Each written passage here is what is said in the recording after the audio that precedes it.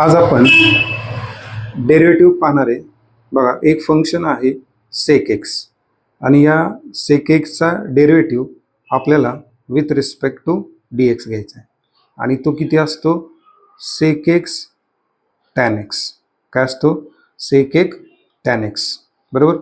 मग आता sec X tan एक्सचा derivative sec X tan X असेल तर D by D X of sec N X किती येणार आहे? त्याचा डेरिव्हेटिव्ह येणार आहे बाळांनो sec N X into tan N X. बरोबर. आता याच्यावर एक्झाम्पल कसे असतील बघा. D by D X of sec 4x is equal to sec 4x into tan 4x. Second example बघा.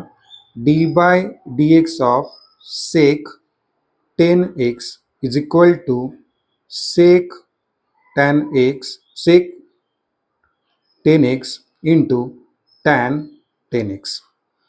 Third example, d by dx of sec 20x is equal to sec 20x into tan 20x. Next, d by dx of sec 25x is equal to काय येणार आहे? sec 25x into tan 25x. बरोबर.